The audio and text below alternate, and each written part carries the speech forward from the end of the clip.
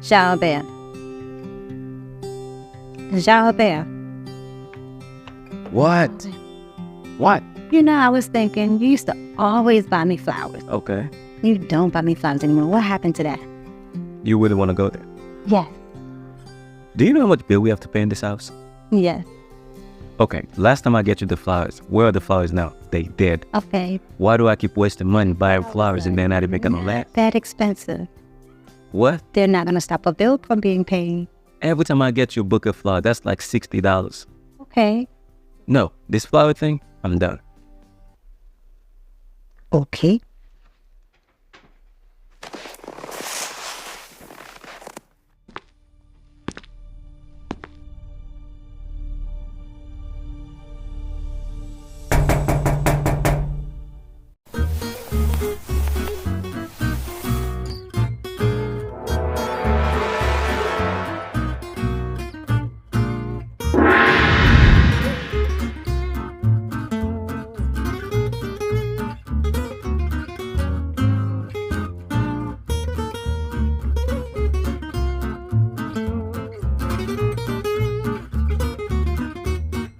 What's that? Such name?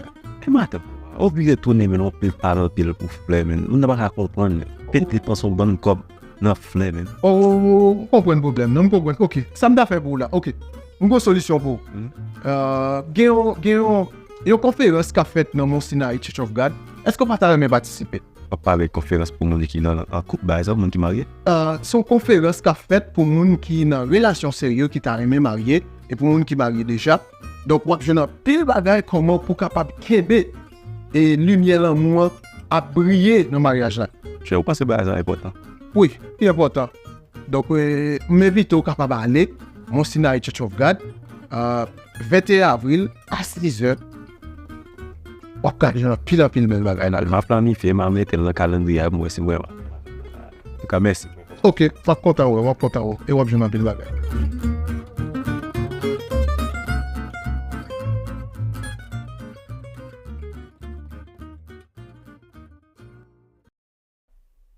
Est-ce que vous trouvez dans une relation, côté vous perdu toute chaleur l'amour qui existait auparavant?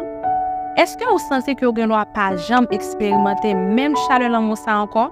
Parce que le couple avez tellement refroidi?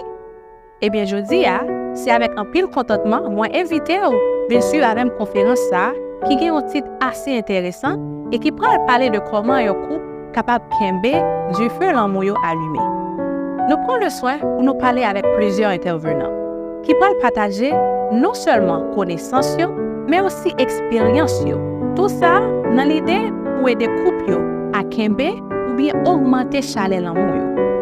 Nous rappelons que l'initiative ça, c'est l'église Mont Sinai qui prend nos objectifs pour kembe couple et famille puis soudé avec bon Dieu premièrement, mais aussi avec une autre.